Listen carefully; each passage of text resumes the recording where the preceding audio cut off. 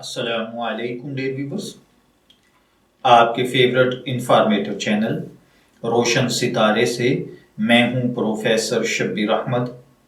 ہمارا آج کا ٹاپک ہے ایک قابل قدر تحقیقی سوانح حیات، حیات سعید۔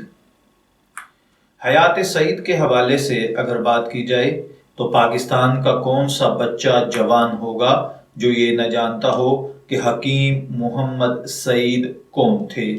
یہ حکیم محمد سعید صاحب کی سوانح عمری کا ذکر ہے۔ حضرت حکیم صاحب کا خیال آتے ہی یقیناً ہمدرد فاؤنڈیشن سامنے آ جاتی ہے، اور یہ کتاب بھی ہمدرد فاؤنڈیشن نے شائع کی ہوگی، کیونکہ طباعت و اشاعت کے میدان میں ہمدرد کی بڑی خدمات ہیں۔ لیکن ایسا نہیں ہے، یہ سوانح ان کی تصانیف، انٹرویو اور دیگر مطبوعہ مواد سے بھی ترتیب نہیں دی گئی ہے، بلکہ حیات سعید کے محقق و مرتب ستار طاہر نے یہ کتاب باقاعدہ حکیم محمد سعید صاحب سے ملاقاتوں اور ریسرچ کے بعد قارئین تک پہنچائی ہے۔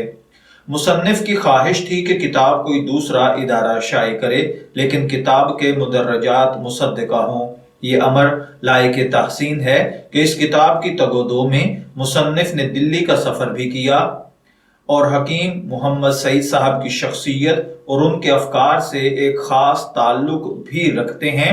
اس کے باوجود کتب کے بتھیرے مقامات پر سحر انگیزی اپنی گرفت میں لے لیتی ہے۔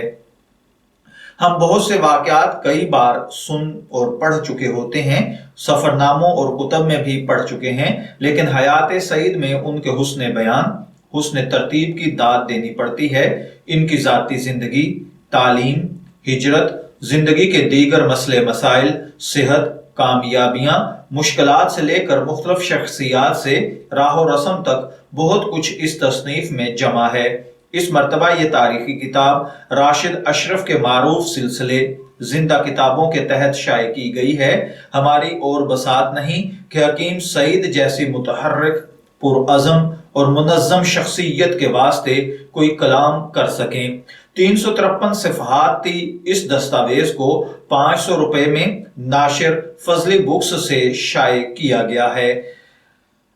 میں اس کتاب سے یہ امید رکھ سکتا ہوں کہ اس کو پڑھنے والے آنے والے وقت میں حکیم سعید صاحب کی وضع، ان کی تاریخی خدمات، پاکستان کے لیے قربانیاں اور ہمدرد فاؤنڈیشن کے لیے جو کچھ انہوں نے کیا، اس سے ضرور آگاہ ہو سکیں گے۔ اجازت چاہیں گے، پھر ملیں گے کسی نئے کتاب کے تعارف کے ساتھ۔ تب تک کے لیے اللہ حافظ۔